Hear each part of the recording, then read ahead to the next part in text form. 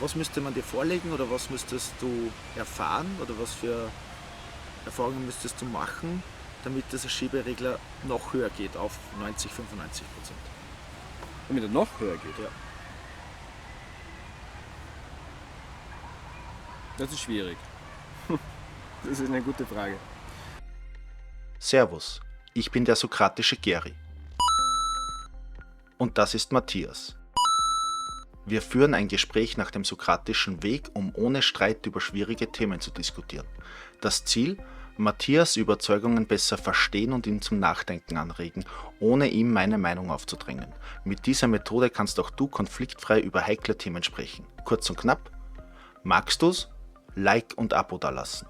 Seid nett zu Matthias in den Kommentaren. Statt Kritik an seinen Standpunkten teilt mir mit, welche Fragen ihr gestellt hättet.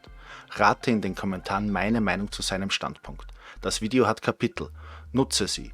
Aber schaut euch zumindest meine Gedanken zum Gespräch am Ende an. Mehr Infos in der Videobeschreibung. Ihr könnt mich auch unterstützen. Mehr dazu am Ende des Videos. Jetzt zum Gespräch über das Thema Kapitalismus ist religiöses Denken. Servus Matthias. Servus. Freut mich voll, dass du dir Zeit genommen hast. Alles entspannt bei dir? Ja, total. Das freut mich, das hört man gern. Wir sitzen da im Park, absolut cool. Wir wollen ja über Überzeugungen reden und wir haben uns vorher schon schriftlich ein bisschen verständigt. Du hast 3 Aussagen getätigt, wo ich mir gedacht habe, die lesen wir jetzt einfach vor und dann sagst mir du, welche von denen ist dir am wichtigsten. Also die Aussage 1 ist, nahezu alle unsere Probleme sind auf religiöses Denken zurückzuführen, darunter fällt für mich auch das Konstrukt der freien Marktwirtschaft. Das zweite ist, parlamentarische Demokratie funktioniert im Kapitalismus nicht, technokratische Kontrolle wäre angebracht. Und Aussage 3, Profit ist per se schlecht, Handlungen müssen funktions- und nicht gewinnorientiert ausgelegt sein, um nachhaltig zu wirken.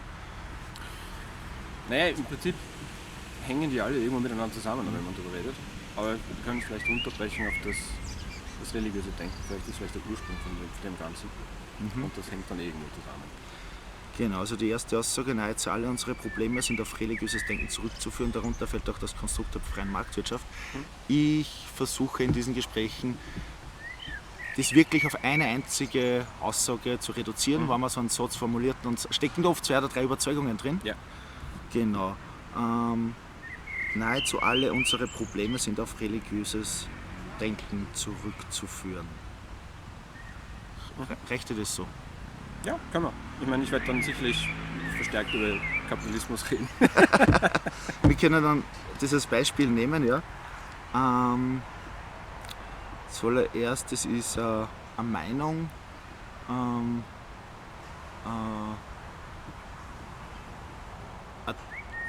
deskriptiver Claim, würde man sagen. Ich hätte das gerne als normativen Claim, dass man sagt, es wäre besser, dass. Fällt dir da eine Formulierung ein? Ja, ich meine, könnte man im Prinzip auch, wir haben vorher schon kurz darüber geredet, an den wissenschaftlichen Prozess anhängen quasi. Es wäre besser, wenn Handlungen und Planungen auch in gesellschaftlicher Hinsicht eben an Evidenz gekoppelt werden und an Raison oder Hausverstand quasi und eben nicht an nicht beweisbare Annahmen und Mythen. Und man muss es im Prinzip, ich müsste weiter ausholen. Also für mich geht das weiter zurück zum menschlichen Verhalten, dass man ganz instinktgetrieben sogar schon Muster einfach in allem erkennt. Ja. Das ist ein ganz normales Verhalten, das wir von Natur aus an uns haben. Also ein bisschen lauter reden, bitte. Ja, natürlich.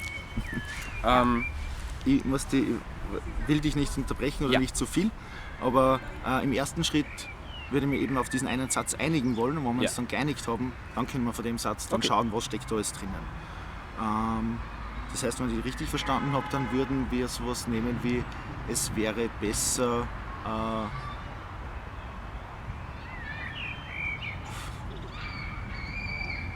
du hast jetzt also, wir können es auf der einen Seite machen, mehr 嗯 oder weniger religiös. Was ist denn dir da wichtiger von den zwei? Dass es nicht weniger religiös ist oder dass es mehr evidenzbasiert ist? Ich weiß, es ist fast das Gleiche. Ja, klar. Aber es gibt doch Vermutlich unterschiedliche. wäre mir da wichtiger, dass es weniger religiös ist, weil da für mich eben der Rattenschwanz dranhängt von Dogmatismus quasi und halt Überzeugungen, die dann nicht mehr zugänglich sind für Vernunft.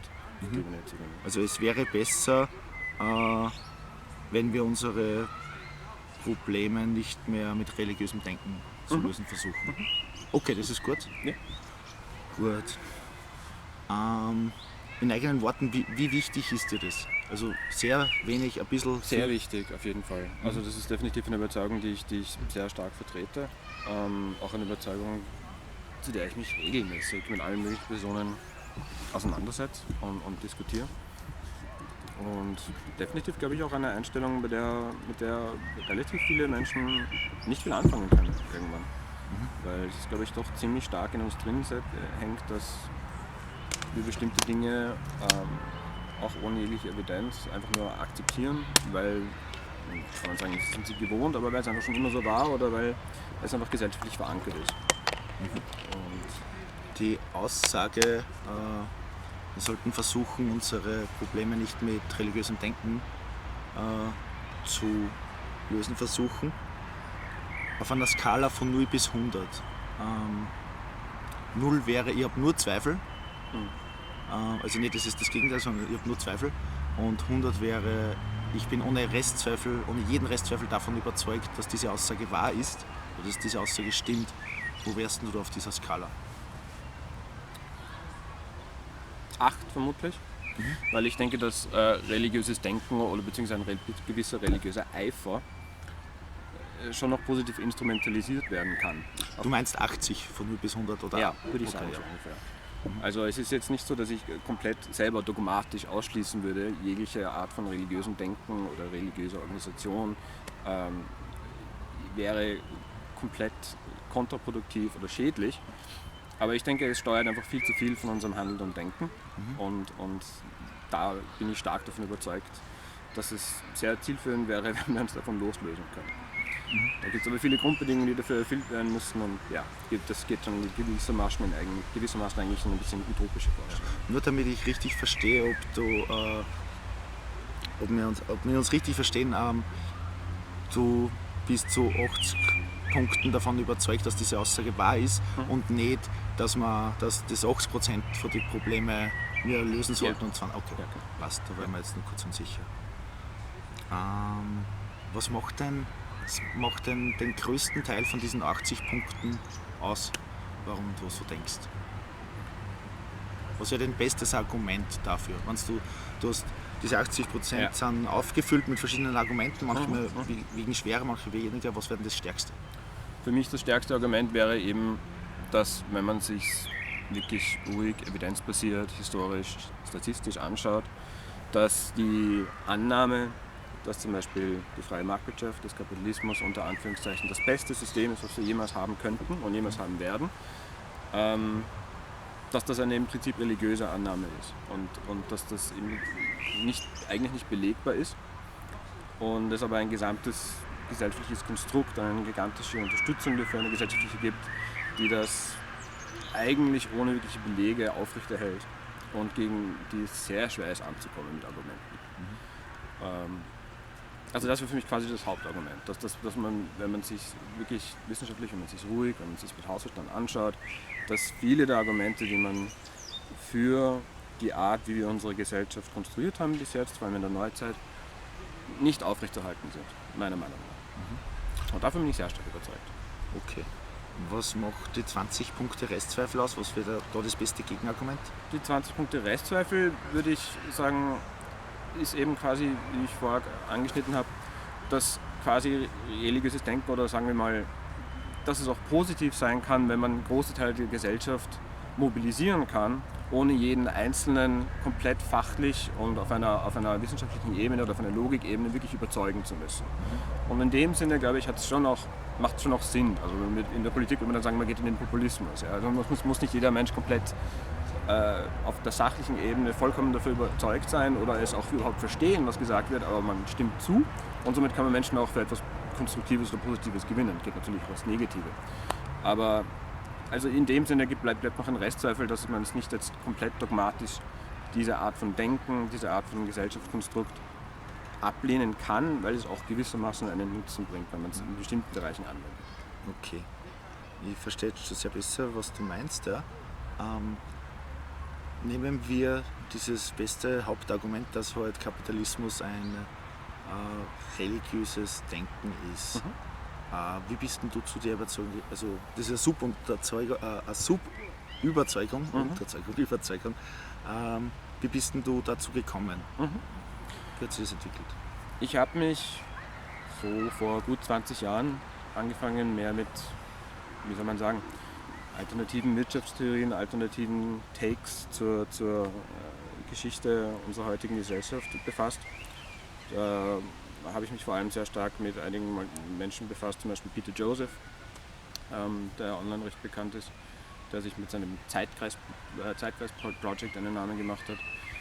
Und da ging es vor allem um die alternative Vorstellung, wie man eine Ökonomie, eine Sozioökonomie gestalten kann. Habe ich dich richtig verstanden? Ich habe den Namen jetzt nicht erkannt. Peter Joseph.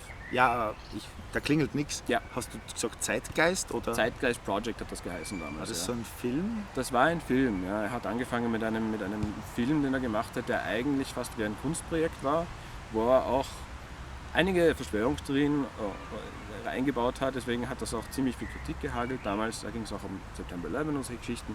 Aber er hat dann davon eigentlich weggeführt und hat sich viel mehr verstärkt und mit dem Gedanken beschäftigt, wie kann man unsere Gesellschaft alternativ designen.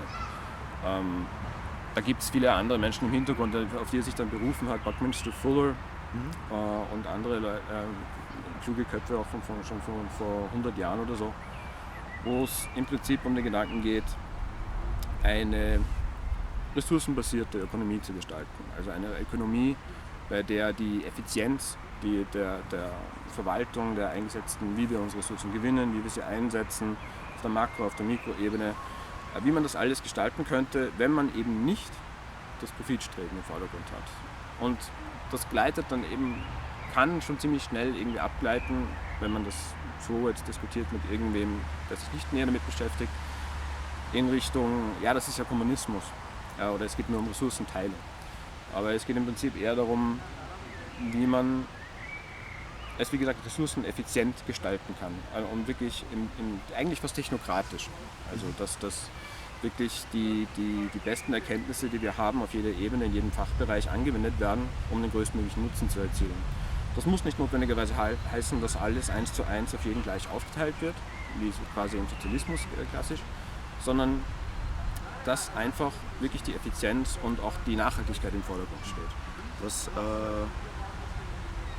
Nur damit ich dich richtig verstehe, was bedeutet der Technokratie in diesem Kontext für dich? Technokratie wäre in diesem Falle, oder ist es generell, dass quasi die fachlich geeignetsten Personen die politischen Entscheidungen dazu treffen. Da gibt es jetzt viele Ansätze, wie man das gestalten könnte. Technokratische Organisationen hat es auch schon vor über 100 Jahren immer wieder gegeben, haben sich aber nie ganz durchsetzen können. Aber der Ansatz ist im Prinzip, dass zum Beispiel nicht gewählte Volksvertreter, die eigentlich keine fachliche Kompetenz haben, die Entscheidungen treffen, sondern im Optimalfall vielleicht quasi wie bei einem Schöffengericht aus einem Pool zufallsgenerierte Experten ihres jeweiligen oder anerkannte Experten nach bestimmten Kriterien ihres jeweiligen Fachbereichs, die dann quasi in Gremien zyklisch vielleicht immer wieder entscheiden dann. Das könnte man dann natürlich noch durch eine gewählte Volksvertretung auch noch kontrollieren und absegnen lassen, aber das wäre so der Ansatz dahinter. Ja, ich habe ein Grundverständnis von Technokratie. Ich wollte nur wissen, oder sicher gehen, dass wir vom Gleichen reden. Wir haben vorher schon besprochen, dass man da oft aneinander vorbeischießt. Darum das dazu. Wir haben jetzt 3 Ebenen von Überzeugungen faktisch schon durchgespielt. Also wir haben gesagt, es wäre besser, wenn weniger religiöses Denken unsere Entscheidungen weniger mit religiösem Denken zu lösen versuchen. Genau so war das. Dann Kapitalismus ist religiöses Denken. Und dann technokratische Kontrolle wäre angebracht. Ich glaube, das ist der Claim, wo der Annahme extra dabei gestanden ist. Ich bin jetzt ein bisschen am Überlegen, ob ich da jetzt beim ersten Hauptclaim bleibe oder zum zweiten gehe oder ob wir gar den dritten untersuchen. Ich glaube, wenn du das gewichten müsstest von den drei, welche Aussage von den drei wieder dir am wichtigsten ist, wie wir es vorher schon gemacht haben. Also wir haben zuerst 3 Aussagen gehabt, jetzt haben wir eine Aussage, die 3 Themen hat. Ja. Was ist denn da dir am wichtigsten? Vermutlich, dass Kapitalismus religiöses Denken ist, weil es am akutesten ist. Okay. Wenn du jemanden beschreiben müsstest, der noch nie was von Religion gehört hat, so ist ein Gedankenexperiment, wie würdest du dem religiöses Denken erklären? Religiöses Denken würde ich beschreiben als den Hang der Menschheit, Ereignisse oder Wahrnehmungen, die sie in ihrer Umgebung treffen oder die Dinge, die sie in ihrer Umgebung wahrnehmen, mit ihren eigenen erfundenen Geschichten zu erklären, anstatt eben, wie gesagt, auszutesten anhand von Kriterien, anhand von Parametern und eine unabhängig belegbare Wahrheit oder Aussage zu diesen Ereignissen zu schaffen. Okay. Und wie würdest du jemanden Kapitalismus erklären, der sich dann nicht in die Tiefe damit beschäftigt hat oder unter einem Stein gelebt hat? Ja, ganz basic, einfach nur, dass alle wirtschaftliche Vorgänge vom Kapital natürlich gesteuert werden. Also quasi, dass das Profitstreben im Vordergrund steht und dem alles untergeordnet wird. Also dass auch der Arbeitgeber in dem Sinne, den es ja auch nur in dem Kontext wirklich gibt, die Macht hat im Prinzip. Sind Einzelaspekte des Kapitalismus oder Einzelentscheidungen religiöses Denken oder Kapitalismus als solches oder eine Mischform? Naja, das religiöse Denken, spezifisch auf den Kapitalismus, würde ich so erklären, dass ich denke, dass einfach die Annahme, erstens, dass es das beste System ist, für mich nicht belegbar ist und eher quasi fast schon religiös oder dogmatisch. Zweitens auch, dass das Profitstreben und Wettbewerb ohne jegliche Kontrolle per se als dogmatische Aussage immer so zu werten wäre. Wie würdest du feststellen, welches System besser und schlechter ist und was für Kriterien legst du dann?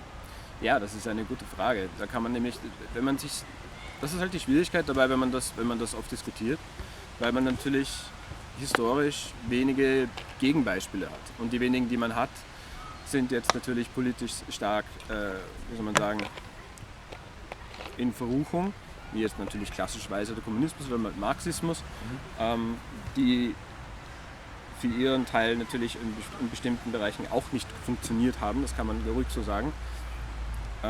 Und insofern ist es schwierig, darüber zu diskutieren, weil man immer nur von der dogmatischen Seite oder dogmatisch überzeugten Seite zurückbekommt, ja, das ist ja automatisch dann, was macht man sonst? Ja, dann ist es Marxismus oder Kommunismus, das hat ja auch nicht funktioniert. Also was soll man sonst machen? Und das fällt mich dann wieder in ein bisschen dieses religiöse Denken hinein, so, es ist so gut, wie es ist, das andere haben wir schon mal probiert, das funktioniert nicht. Und da verschließt man sich irgendwie vor diesen Ansätzen, wie vorher eben mit leicht technokratischer, mit ressourcenbasierter Ökonomie. Das sind alles Konzepte, die werden sofort dann in die andere Ecke verschoben. Und für mich ist das wie die Diskussion mit religiösen Menschen, wenn man ihre Überzeugung jetzt im Katholizismus oder in irgendeiner Religion diskutiert, wenn man versucht zu ergründen, warum sind sie davon überzeugt. Und da kommt man auch sehr schwer zu belegbaren Fakten, zu irgendeinem Common Ground, weil es einfach immer nur um die tiefe Überzeugung geht, es ist gut so wie es ist, es ist für mich gut so wie es ist. Lass mich kurz nachdenken.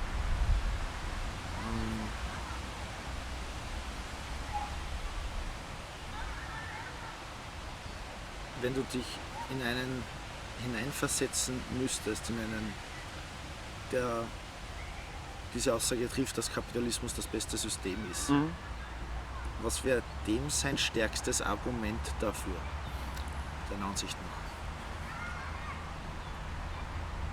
Also was ich jetzt objektiv auch als starkes Argument anerkennen würde oder was immer wieder angeführt wird als quasi was Argument? Für dich ein starkes Argument wäre, Okay, also, ja. was du annehmen würdest. Also das stärkste Argument für den Kapitalismus ist sicherlich, dass Wettbewerb per se sicherlich einen positiven Nutzen hat. Das will ich auch nie bestreiten. Es geht nur darum, für mich dann immer, dass im Kapitalismus der Wettbewerb über allem steht und völlig unkontrolliert stattfindet und dadurch dann Manipulationen und Verschiebungen im Machtgefüge stattfinden. Aber da, im Prinzip würde ich immer anerkennen, dass Wettbewerb an sich einen positiven Outcome hat. Dass wenn die Bedingungen stimmen, wenn reguliert wird, wenn dies und das, dass dann im Prinzip das bessere System, das bessere Produkt, die bessere Idee am Ende gewinnen kann. Das ist im Prinzip eine Grundprämisse des Kapitalismus, die ich anerkennen kann und die für mich aber auch in anderen ökonomischen Konstrukten zu tragen kommen würde. Deswegen bist du bei dieser Skala, die ich vorher abgefragt habe, bist du bei dieser Unterüberzeugung über Kapitalismus und religiöses Denken auch so in derselben Richtung, wie du vorher gesagt hast, also wenn ich die Skala von 0 bis 100 mehr abfragen würde? Wärst du bei der Kapitalismus bedeutet religiöses Denken, wärst du da auch bei 80 oder wärst du da woanders?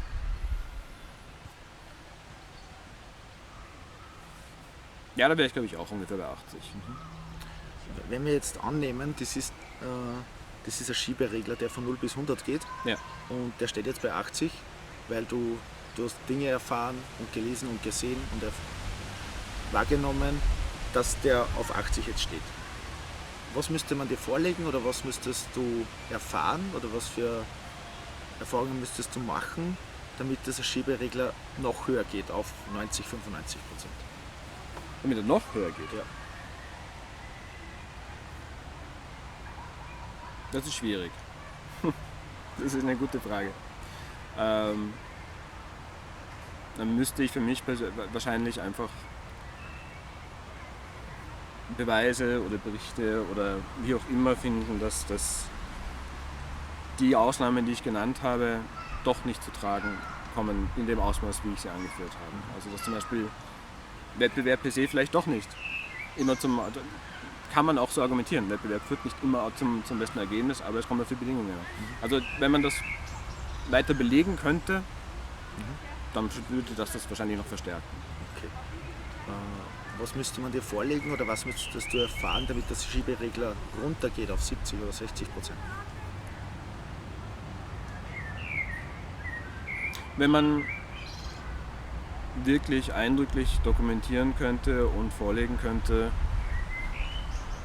weil für mich die zwei Hauptargumente, die für den Kapitalismus immer ins Feld gebracht werden, sind eben einerseits, wie gesagt, der positive Vorteil des Wettbewerbs und zweitens dann eben auch jetzt habe ich kurz den Faden verloren, Entschuldige.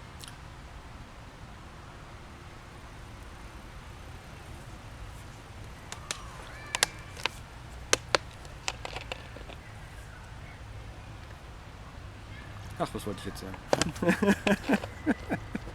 Egal, wenn es dir später wieder einfällt, Ja. dann kann man einfach darauf zurück.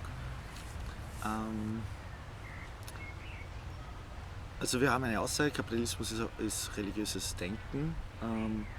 Und du hast einige Argumente angeführt. Gefällt mir übrigens sehr gut, das Gespräch. Also ist richtig cool, bringt mich auch zum Nachdenken. Und jetzt können wir uns sagen, okay, ist diese Aussage wahr oder ist die Aussage falsch? Wie könnte man, also fällt dir Experiment ein oder ein Studiendesign oder irgendetwas, was man experimentell machen könnte, um herauszufinden, ob diese Aussage wahr ist? Also ich führe persönlich selber immer wieder bestimmte Studien, Fallbeispiele an aus der Vergangenheit, wo bestimmte Teilaspekte der Annahmen über Kapitalismus schon widerlegt werden, meiner Meinung nach. Wie zum Beispiel, eine der anderen Grundprämissen ist zum Beispiel auch immer, dass Gier oder das Streben nach Selbsterhaltung eine instinktive Eigenschaft des Menschen ist, dass das nicht angelernt ist. Da geht es auch wieder um Nature versus Nurture, ist es angelernt oder ist es instinktgebunden. Und da gibt es, finde ich, schon immer wieder ziemlich eindrückliche Studien, dass zum Beispiel bei Kleinkindern, Toddlers, ja, kurz bevor man überhaupt in den Kindergarten kommt zum Beispiel, dass diese Konzepte von eigenem Besitz oder das möchte ich mir jetzt nur nehmen und nicht teilen, gar nicht wirklich vorkommen. Also da gibt's viele Studien, wo beobachtet wird, dass Kinder, bevor sie stark sozialisiert werden, bevor sie dieses Verhalten stark anlernen, viel eher teilen und quasi man doch eigentlich beobachtet, dass die Freude am Teilen eigentlich haben, statt dass sie alles für sich selber horten oder anderen wegnehmen. Kommt auch vor, aber längst nicht so stark wie später. Und das ist für mich das sind schon so Teilaspekte. Ein anderes Beispiel wären zum Beispiel auch diverse Experimente, die gemacht wurden. Ich glaube, das war in Skandinavien, ich glaube, bilde mir ein, auch in Kanada einmal in den 70ern, wo zum Beispiel ein universelles, bedingungsloses Grundeinkommen in einem kleinen Ort, in einem kleinen Dorf, wie auch immer, ausgeteilt wurde über ein Jahr hinweg, 2 Jahre hinweg. Und alle Indizes, die man hat, also für Gesundheit, für Zufriedenheit, für Produktivität auch in die Höhe schießen. Also jetzt die Annahme, dass der Druck, dass man den Wettbewerb braucht, dass man die Existenzangst braucht, dass man den Gehaltsdruck braucht, damit quasi das System funktioniert, dass die auch nicht unbedingt aufrechterhaltbar ist. Zumindest in diesem kleinen Fallbeispiel. Aber das ist nie im großen Stil jetzt so angesehen worden. Dazu müsste man sich wirklich in einem breit gefächerten wissenschaftlichen Diskurs, in einem breit gefächerten Projekt mit verschiedenen Fachbereichen diese Grundprämissen wirklich ansehen. Und ich glaube, da gibt es immer wieder in kleinen Aspekten wird sich das angesehen, aber die ganz großen Aussagen, das wirkliche Big Picture dazu, das wird halt wie gesagt nur von theoretischen Ansätzen, kann man sagen, jetzt Träumern, von Utopisten, wie auch immer, nur in so Vorstellungen angesprochen, aber nicht wirklich die Probe auf das Exempel gemacht oder jetzt wirklich in einem Experiment durchgezogen. Okay. Also verstehe dich richtig, wenn du sagst, die Wissenschaft und die Ökonomen und alle zusammen befassen sich zu wenig damit, wie könnte man den Kapitalismus ändern oder wie könnte man da... An Ökonomen gibt es, denke ich, schon ziemlich viele, die sich auch mit alternativen Ansätzen beschäftigen, auf jeden Fall. Aber es wird nicht wirklich ganzheitlich betrachtet. Dazu spielt für mich auch rein, dass man auch hinterfragen muss, die Perspektive, was ist der Sinn hinter unserem ökonomischen Streben und hinter dem Design unserer Gesellschaft? Ist wirklich Produktivität mehr zu erschaffen? Ist natürlich auch eine implizite Aussage des Kapitalismus, aber ist das wirklich muss das immer das Ziel sein oder sind andere Dinge vielleicht gleich wichtig oder auch noch wichtiger? Also wie zum Beispiel persönliche Entfaltung, Glück, wie auch immer man sagen soll, Sozialisierung, was ich auch immer wieder anspreche, wenn ich zu dem Thema debattiere, sind halt eben diese Diskrepanzen zwischen jetzt Stammeskulturen und unserer Kultur, die man jetzt heute auch noch teilweise sehen kann, jetzt im Amazonas oder wie auch immer, die noch immer total isoliert sind und nur sporadisch Kontakt haben mit unserer Welt und wo man auch sieht, dass sie im Prinzip kein Konzept von individuellem Besitz, von Gier, von diesem Wettbewerb untereinander, wo der Stärkste immer gewinnt quasi haben, das haben sie nicht. Unsere Spezies rührt von meinen Begriffen, und da würden, denke ich, viele Wissenschaftler auch zustimmen, wir sind zutiefst soziale Lebewesen und wir sind eigentlich auf dieses Leben in kleinen Stämmen, in kleinen Gruppen spezialisiert. Und wir sind mit unseren technologischen Möglichkeiten innerhalb von 1000, 2000 Jahren unseren soziologischen und intellektuellen Möglichkeiten komplett davon galoppiert. Und wir befinden uns jetzt in einer Welt wieder, in der wir das System, was bis jetzt noch am ehesten funktioniert hat, also den Kapitalismus, noch quasi aufrechterhalten, weil wir mit der Komplexität etwas anderes zu finden, was jetzt für 7, 8 Milliarden Menschen funktioniert und wo wir noch trotzdem eine gewisse soziale Zufriedenheit, ein Glück bekommen, wie wir es in diesen kleinen Stammeskulturen oder Familienverbänden hätten, wie wir das noch aufrechterhalten können. Und damit sind wir, glaube ich, komplett überfordert. Gut. Ich merke, und das ist was mir immer wieder voll taugt bei solchen Gesprächen, es gibt da Potenzial, das können wir noch 5-mal machen mit ganz anderen Themen dann. Wir haben so viel angeschnitten. Ich würde dann jetzt schon langsam zum Ende kommen. Ich würde dich nicht fragen wollen, gibt es eine Frage, die ich dir nicht gestellt habe, die du aber erwartet hättest? Bist du Kommunist? Die stelle ich jetzt nicht. Nein, das ist quasi die Standardfrage immer dann im Umkehrschluss oft. Das würdest du gern diskutieren. Ne? Nein, gar nicht, weil ich auch nicht wirklich Kommunist bin eigentlich. Ja. Aber das ist quasi immer das Hau drauf Argument, was sehr, sehr häufig kommt. Ist das, darf ich das so verstehen, dass das faktisch immer du beschuldigt wirst, Kommunist zu sein und dir das dann in eine Diskussion reintriggert? Sehr häufig, ja. Also es ist ich kann dir anbieten, dass wenn ich das nächste Mal in Wien bin, dass wir deine Überzeugung, ein Gespräch über deine Überzeugung machen. Ich bin kein Kommunist. Das wäre cool. ja, gerne. Ich habe da diese Stressbällchen, das ergibt ein Zahnrad, die anderen zwei habe ich bei den anderen 2 Interviews heute schon verschenkt. Den schenke ich dir. Danke. Und wenn wir über Kommunismus reden, dann kriegst du das Gelbe oder das Blaue. Bevor wir gleich zur Analyse kommen, hier noch ein paar Infos, wie ihr mir helfen könnt, diese Gesprächsmethode bekannter zu machen. Like und Abo ist wohl klar, Zwinker-Emoji. Teilt das Video auf Facebook, Reddit, wo es euch immer passend erscheint. Besucht die Website sokratischer-weg.de. Einen Link zur Kurzanleitung der Gesprächsmethode Sokratischer Weg findet ihr in der Videobeschreibung. Dort findet ihr auch den Weg zur Discord-Übungsrunde. Schaut einfach mal vorbei.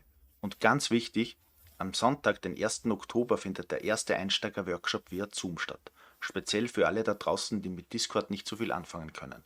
Link auf der Website.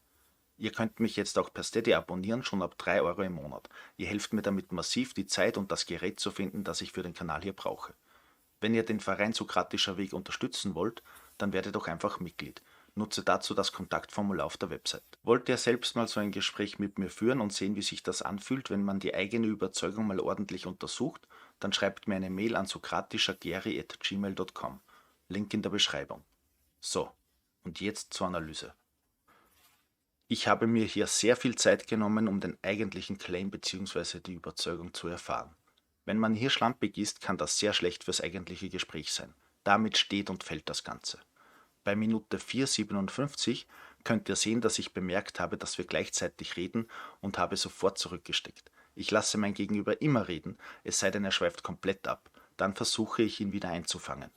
Bei Minute 15 entscheide ich mich quasi nochmal zu beginnen, da ich denke, hier eine zugrunde liegende Überzeugung identifiziert zu haben. Das ist jetzt kein Standardvorgehen, kann man aber machen. Mir ist bewusst, dass das Gespräch dadurch etwas komplex wird, aber im Grunde ist es nicht schwierig. Erstens, identifiziere eine Überzeugung. Zweitens, frage, was ist das eigentlich? Drittens, warum glaubst du das? Viertens, wie könnte man feststellen, ob das auch wirklich stimmt? Fünftens, dazwischen die Skala und Wichtigkeit abfragen. Sechstens, nach dem besten Argument fragen sowie nach dem stärksten Argument der Gegenseite. Siebtens, reflektieren, also das Gesagte in eigenen Worten nochmal wiedergeben. Achtens, und sehr wichtig, zuhören. Ist euch aufgefallen, dass ich sehr wenig rede im Vergleich zu Matthias? Es geht nicht darum, sich mit dem Gesprächsthema gut auszukennen, sondern darum, gute Fragen zu stellen, aufmerksam zuhören und weitere gute Fragen zu stellen. Ich sehe schon, ich muss dazu ein eigenes Erklärvideo machen. Also wenn du es bis hierher geschafft hast, bist du mein persönlicher Held. Danke fürs Zuschauen und hoffentlich bis bald.